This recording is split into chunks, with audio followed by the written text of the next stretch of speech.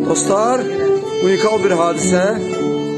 Asif Kərimov 23 il skripkada ifa edəməyən bir şəxs nəhayət bugün.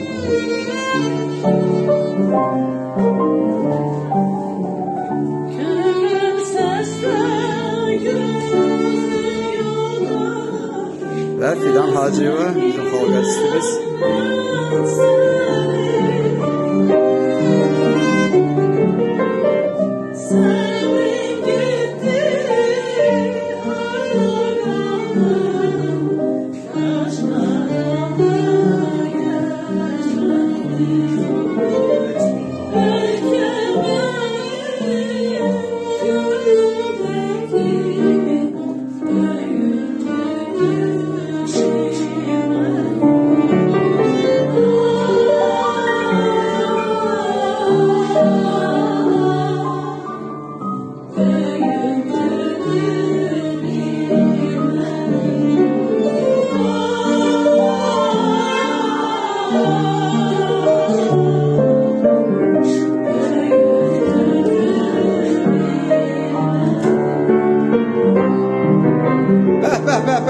Alkışlar, eşk olsun.